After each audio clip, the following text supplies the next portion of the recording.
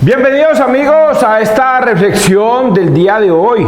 Les habla César Arturo Arias, yo soy laico de la Iglesia Católica, no un laico comprometido, aunque debería ser comprometido. Lo que pasa es que yo tengo un concepto de laico comprometido a aquellas personas que mantienen detrás del sacerdote, que mantienen la iglesia organizando y bueno, ayudando a los quehaceres de la iglesia y todo eso.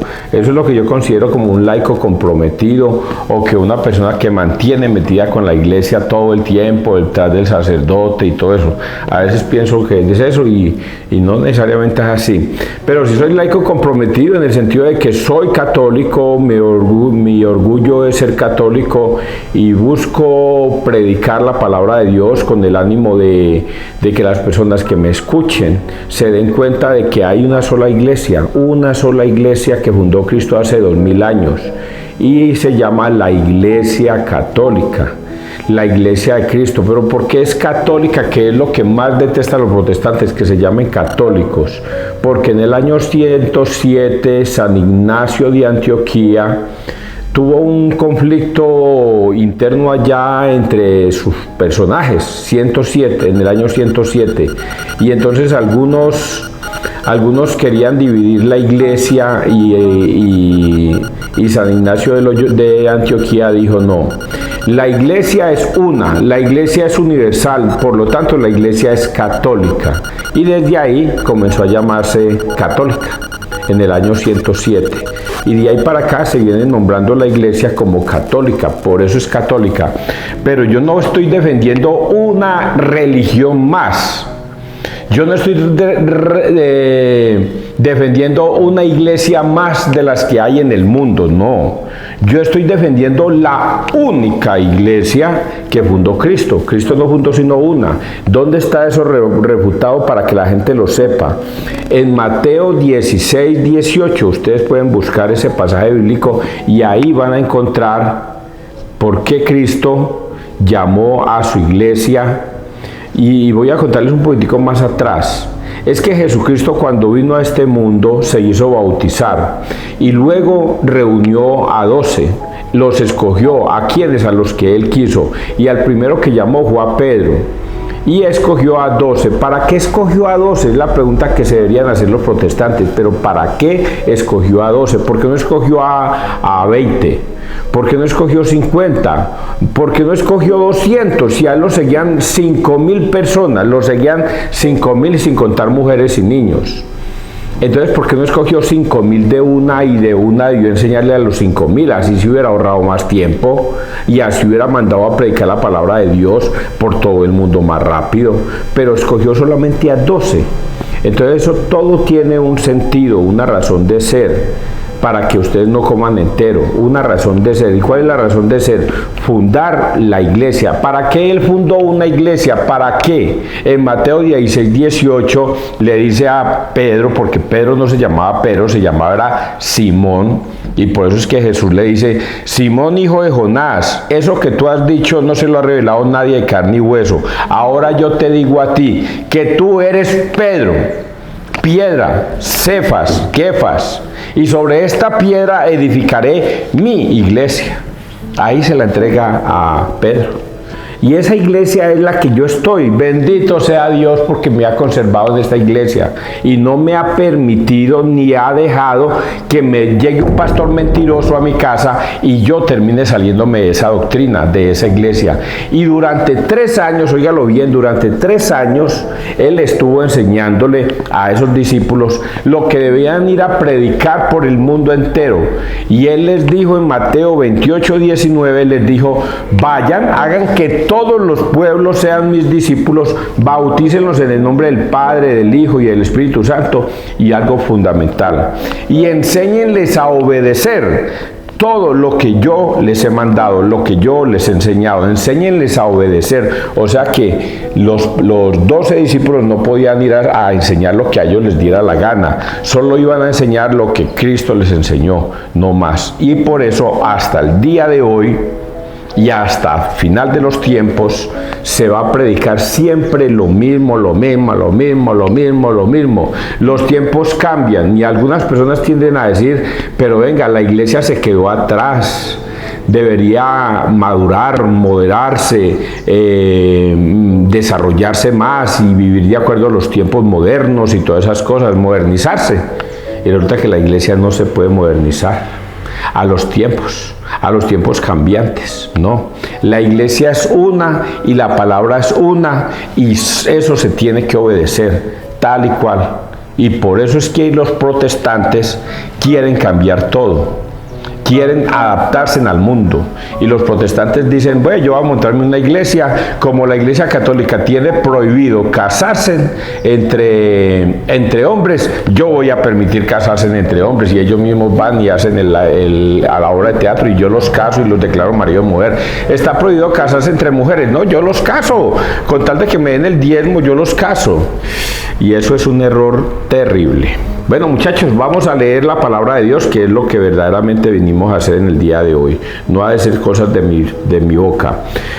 Recuerden, todo lo que está escrito en la Biblia se cumple, todo, hasta la última tilde y coma de la palabra se cumple. Por lo tanto, yo voy a predicar de acuerdo a lo que está en la Biblia, no palabra mía, palabra de Dios.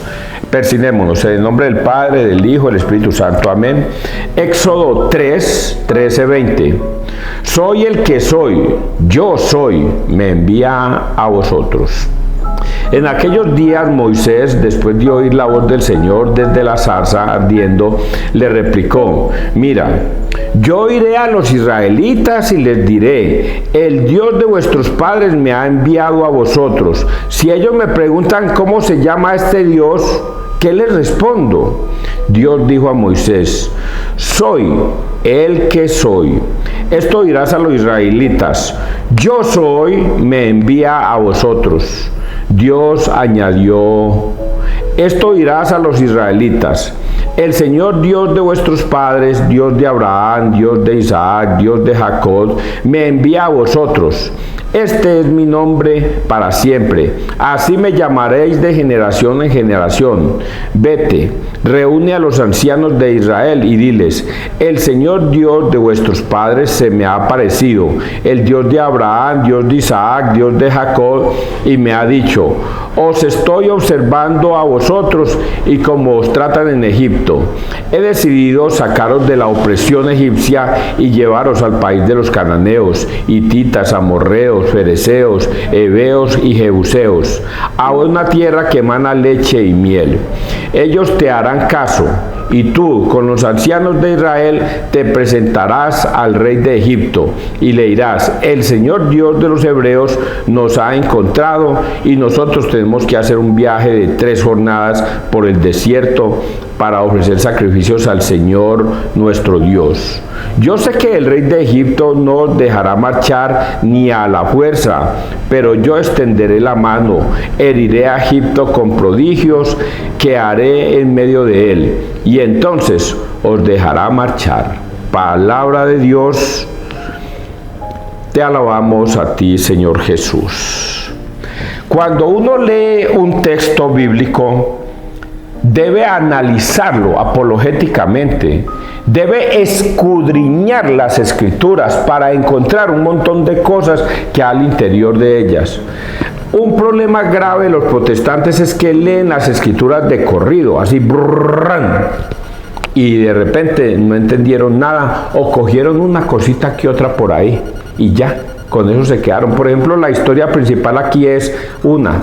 El Señor Dios se le presenta, en el día de ayer se le presentó en una zarza ardiendo que no se quemaba a Moisés. Moisés se acerca, habla con él y ya hoy le da una orden el Señor. Vas a ir a Egipto porque yo te voy a nombrar, y lo escoge, para que vayas y saques a ese pueblo de Egipto y lo lleves a Canaán y a esta tierra que emana leche y miel. Y eso es lo que va a ir a hacer. Digamos que ese es el sentido de la lectura.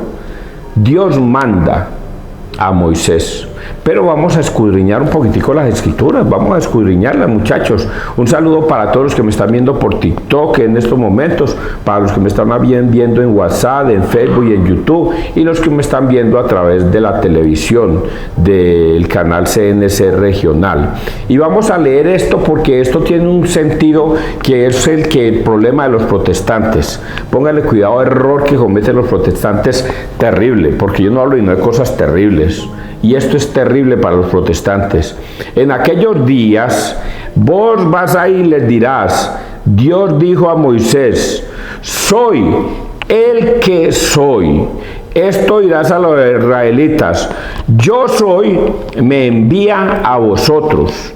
Dios añadió, esto dirás a los israelitas, el Señor Dios de vuestros padres, Dios de Abraham, de Isaac y de Jacob, me envías a vosotros. Y póngale cuidado el error que cometen los protestantes que llaman a Dios Jehová. Yo no, me va a tocar ponerme a investigar en dónde rayos a estos protestantes se les ocurrió llamar a Dios Jehová. Si aquí no dice que lo llame Jehová, si todo lo que está escrito en la Biblia se cumple, ¿de dónde rayos sacaron que Dios se llama Jehová? Los protestantes testigos de Jehová acostumbran a llamarlo Jehová. Tanto así que hasta hay una Biblia que dice que donde todo el tiempo cambian la palabra de Dios y colocan Jehová. Donde diga Dios o el Señor colocan Jehová. Y mire lo que dice Dios en su palabra. Dice, este es mi nombre para siempre, y así me llamaréis, de generación en generación. Yo soy, es el nombre del Señor. ¿De dónde rayos sacaron Jehová? ¿De dónde? ¿Cómo hicieron para descubrir el nombre Jehová si no aparece en la Biblia? Jehová no aparece en la Biblia. Cuando reescribieron la Biblia, los protestantes, a cada vez que aparecía el nombre de Dios, le ponían Jehová. Y eso es un error terrible, muchachos. Es un error terrible. Es terrible de lo terrible, porque todo lo que está escrito en la Biblia se cumple. Y si usted no la cumple, se condena. ¿Qué dice acá? Dios de Jacob, Dios añadió, esto dirás a los israelitas, el Señor Dios de vuestros padres, Dios de Abraham, Dios de Isaac, Dios de Jacob, me envía a vosotros. Este es mi nombre para siempre, y así me llamaréis de generación en generación. Vete, reúne los ancianos de Israel y diles, el Señor Dios de vuestros padres se ha aparecido, el Dios de Abraham, Dios de Isaac, Dios de Jacob, y me ha dicho, os estoy observando a vosotros, y como os tratan en Egipto, he decidido sacaros de la opresión de Egipcio y llevaros al país de los cananeos. Ellos te harán caso, y tú con los ancianos te presentarás al rey de Egipto. Esto es lo que Dios ha ordenado. Primero, que lo manda yo soy. Por eso es que Jesucristo, ustedes lo van a escuchar también cuando Jesucristo va a hablar y va a decir yo soy. El que soy, yo soy. Y sí, creo que se lo dice a Poncio Pilatos, creo que se lo dice a Poncio Pilatos. Para mí no es difícil, no es sino buscar aquí la palabra. ¿Quién dijo, Jesucristo a quién le dijo yo soy? Y a mí mismo me va a aparecer quién, a dónde lo dijo y cómo lo dijo. Yo soy, ese es el nombre del Señor, yo soy.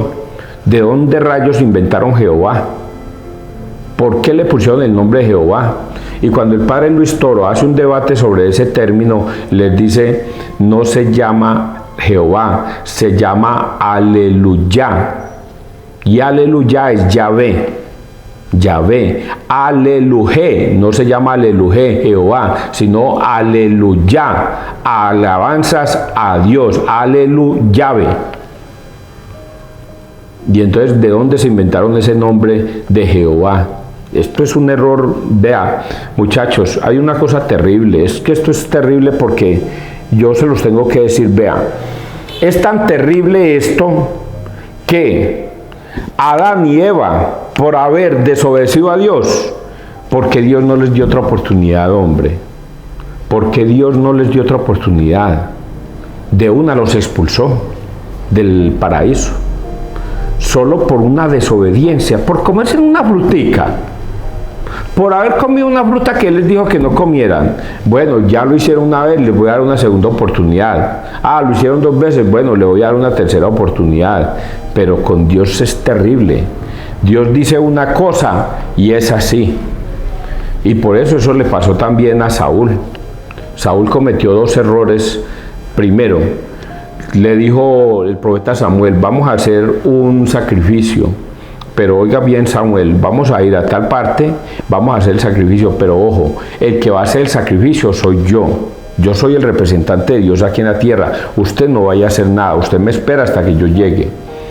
Y Samuel se demoró en llegar, y Saúl se desesperó porque ya venían los filisteos encima, y entonces él dijo y se dejó convencer de los amigos, de los capitanes del ejército. Venga, pues usted no es ungido de Dios, pues hágalo usted, eso es lo mismo, hágalo usted. Y Samuel le sonó lógico eso y dijo, pues sí, yo soy ungido de Dios, él fue el que me escogió como rey, voy a hacer entonces el sacrificio. Y él mismo hizo el sacrificio. Y cuando ya estaba ardiendo el sacrificio y toda la cosa, en esas llegó Samuel y le dijo, pero Saúl, ¿usted qué es lo que acaba de hacer, hombre? Yo no te dije que yo era el que tenía que hacer el sacrificio, que usted no podía hacer nada, que se quedara quieto. ¿Por qué se desesperó? Pero Señor, si es lo mismo. No es lo mismo, mijo. Te voy a decir esto, por haber desobedecido la ley de Dios, te voy a quitar el reinado. Y se lo quitó, se lo dio a David. Terrible, ¿no? Es que con Dios es así. Con Dios no es un juego. Dios dice algo y si no se cumple, es terrible lo que sucede. Entonces estos hombres que van a llamar a Dios Jehová, bendito sea Dios para ellos, porque nada bueno les espera.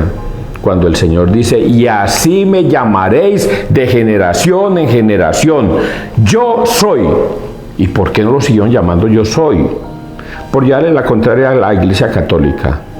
Bendito sea Dios. Vamos a seguir leyendo. Salmo 104. El Señor se acuerda de su alianza eternamente. Dad gracias al Señor, invocad su nombre, dad a conocer sus hazañas a los pueblos, recordad las maravillas que hizo, sus prodigios, las sentencias de su boca. Se acuerda de su alianza eternamente, de la palabra dada por 1000 generaciones, de la alianza sellada con Abraham, del juramento hecho a Isaac. Dios hizo a su pueblo muy fecundo, más poderoso que sus enemigos. A estos les cambió el corazón para que odiasen a su pueblo y usaran malas artes con sus siervos. Pero envió a Moisés su siervo y a Aarón su escogido, que hicieron contra ellos sus signos prodigios en la tierra de Cam. Aquí me faltó agregarle algo que está en el Salmo, y es que el Señor lo mandó a Egipto a que liberara a su pueblo, pero el Señor predice, dice, el faraón no les va a aceptar de una. ¿Es verdad que el Señor mandó a decir, bueno, empaquen pues y se van? No, Él se va a resistir a deshacerse de los esclavos que tiene para construir sus ciudades. Y por ello el Señor dice, y les haré prodigios. Nosotros que ya vimos en el futuro, conocemos cuáles son esos prodigios. Los 10 plagas, las 10 plagas que le mandó Dios, o los 10 castigos, más bien 10 castigos que le mandó Dios a Egipto, y el último fue el más terrible de todos. El más terrible de todos es que sacrifican al heredero del trono, termina siendo sacrificado por haber desobedecido la orden de Dios, y ahí sí permite que el faraón decida que se vaya a ese pueblo, porque sabe que muchas maldiciones le vendrían a Egipto si no permitía que los israelitas salieran de la tierra de Egipto para ir a Canaán. Vamos a leer el Evangelio, Mateo 11, 28, 30. Soy manso y humilde de corazón. En aquel tiempo Jesús tomó la palabra y dijo, venid a mí todos los que estáis cansados y agobiados, y yo os aliviaré. Tomad mi yugo sobre vosotros, y aprended de mí, que soy manso y humilde de corazón, y encontraréis descanso para vuestras almas. Porque mi yugo es llevadero y mi carga es ligera. Palabra del Señor, gloria a ti, Señor Jesús. Yo siempre he puesto como ejemplo a Dios cada vez que nos pasa algo. Ejemplo, en estos momentos lo que está pasando en las tierras árabes. Israel ayer se le ocurrió la grandiosa idea de Netanyahu de tirarle unos misiles a Siria y encender una nueva guerra contra Siria, y destruyó en la capital Damasco, destruyó el búnker, no, el edificio donde se reunía la cúpula militar y el presidente, y mató como 700 personas. Y entonces uno se pregunta, ¿cuánta falta le hace falta a Netanyahu para entender estas escrituras? Venid a mí todos los que estáis cansados y agobiados, que yo os haré descansar, porque mi carga es ligera y mi yugo es llevadero. ¿Cómo le hace falta a Netanyahu tener a un Jesucristo de asesor para que firme la paz y no la guerra con el mundo entero, para que firme la paz y no con sus vecinos, para que entienda que solamente a través de la paz se puede conseguir la paz y no a través de la guerra conseguir paz, porque la guerra no lleva sino a más guerras? Y por eso es que Jesucristo, de ahí es cuando dice, si te pegan en una mejilla, coloca la otra. Si un soldado romano te pide que camines 1 kilómetro con él, usted no camine 1 kilómetro, camínele 2 kilómetros y acompáñelo. Y eso fue un ejemplo claro para esos tiempos. Si una persona te pegaba en una mejilla, el personaje no es sino colocar la otra, y ahí termina la guerra. Ahí termina.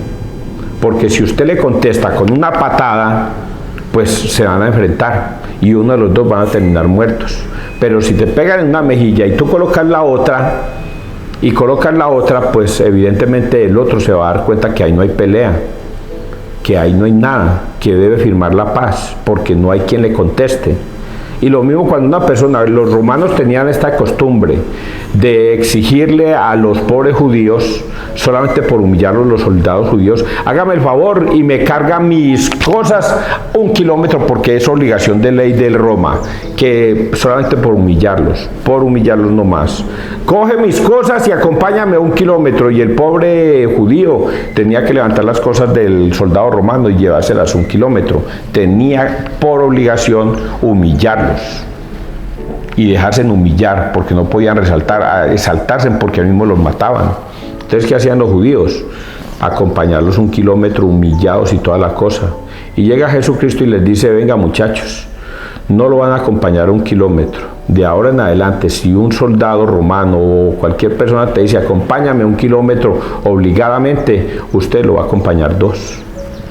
Y cuando ahí veo en los dibujos animados, que lo entiendo perfectamente hoy día, es que el soldado romano es dispuesto a humillar a esos pobres judíos, y resulta que los judíos lo acompañaron 2 kilómetros y él se sintió avergonzado, porque ya vio que esa ley no valía de nada, porque el humillado será enaltecido, y terminó el humillado enaltecido. Por eso es que de ahí vienen esas frases que los primeros serán últimos y los últimos serán primeros.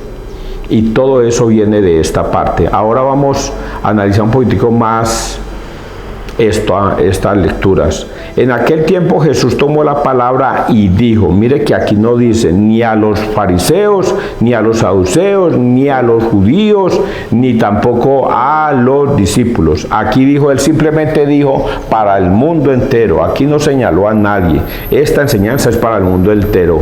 Vengan a mí todos los que estáis cansados y agobiados, y yo os aliviaré.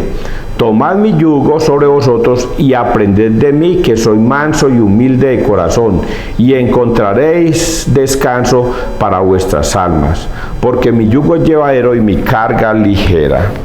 Vean muchachos, Jesucristo era el Mesías, era el Rey de Reyes, era el que iba a venir a salvar al mundo. Y la gente de ese tiempo, por eso dijo que era, porque ellos creían que ese Mesías iba a llegar como un Saiyajin, como un Superman, como un superhéroe, a salvar a los judíos de la esclavitud de los romanos. Y resulta que Jesús viene con un discurso de paz, de amor, de esperanza y de perdón. Y ese discurso es contrario a lo que ellos esperaban. Y por eso Jesucristo termina crucificado en una cruz. Y todos los que esperaban algo de él, de esa manera como Tomás, terminaron agachando la cabeza viendo de que ese no era el Mesías que estaban esperando.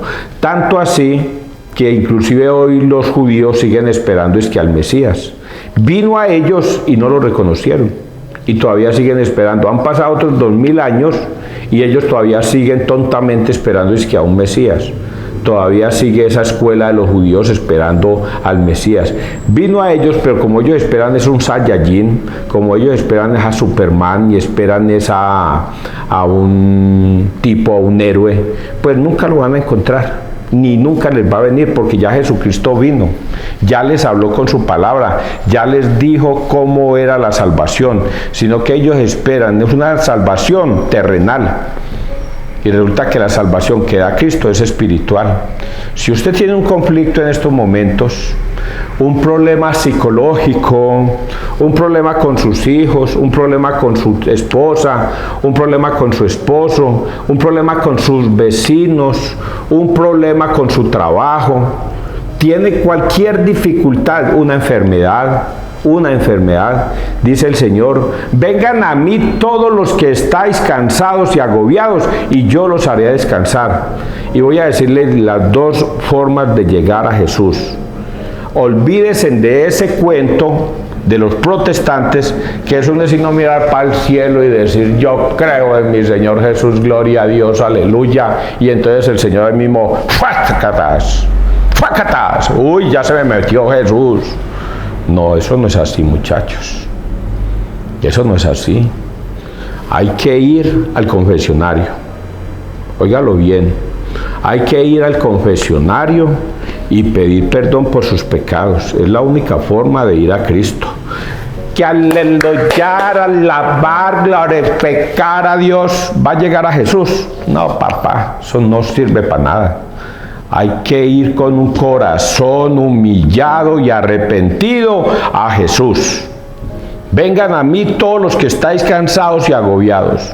Vengan a mí con un corazón humillado y arrepentido. Y la única forma de conseguir eso es yendo al confesionario y declarando sus pecados. Y el sacerdote hermoso, que es un ungido de Dios aquí en la tierra, le perdonará los pecados. Ya sé que van a decir los protestantes, yo jamás voy a ir donde un sacerdote que es un hombre igual que yo para le voy a contar mis pecados. Oigan a este, porque él tiene que enterar de mis cosas, mis intimidades. Él es un hombre común y corriente, ¿yo qué voy a ir por allá? Vengan a mí todos los que estáis cansados y agobiados, con un corazón humillado y arrepentido. Y ahí, sí, vaya, pida perdón por sus pecados. Tiene pecados. ¿Cuántos pecados tiene usted en la vida? Muchos. No es que hace 20 años que me confieso. Confiéselos, mijo. Vaya, confiéselos. De los que se acuerde y de los que no se acuerde, dígale al Señor, también pido perdón por los que no me acuerdo, por los que ya haya cometido y no los tuve en cuenta en estos momentos para mi confesión, pero estoy arrepentido de mi vida pasada. Y el sacerdote, óigalo bien, el sacerdote que es un ungido de Dios, porque así está escrito en Hebreos 5.1, Hebreos 5.1, todo sumo sacerdote será escogido de entre los hombres para ofrecer dones y sacrificios por el perdón de los pecados. Como él es un pecador, también ofrecerá sacrificios por sus propios pecados. Y nadie puede tomar esta honra para sí. Le hacen Hebreos 5.1 para que vean que esto no es palabra mía. Y llegue allá con un corazón humillado, arrepentido. Y luego la segunda parte, reciba la Eucaristía, participe de la Eucaristía. Porque quien coma de mi carne y beba de mi sangre va a tener vida eterna. Y el que no coma de mi sangre ni beba de mi sangre no tendrá vida eterna. ¿Y usted qué hace con un corazón humillado y arrepentido? Si el Señor dice que comiendo su cuerpo y su sangre voy a tener vida eterna y me va a perdonar, yo lo hago. Y entonces aquí dice, vengan a mí todos los que estáis cansados, agobiados. Cuando una persona va de Jesús, de esta manera como yo se las he dicho, y pide perdón por sus pecados, ¿sabe qué hace Dios? Y si reciben a uno de estos, así sea con un vaso de agua, yo lo recompensaré en esta vida y en la vida eterna. ¿Ustedes entendieron esto tan bonito? Bueno, espero que ustedes hayan entendido, muchachos, los que me están viendo por la televisión. Que Dios te bendiga, que Dios nos bendiga donde quiera que todos estemos.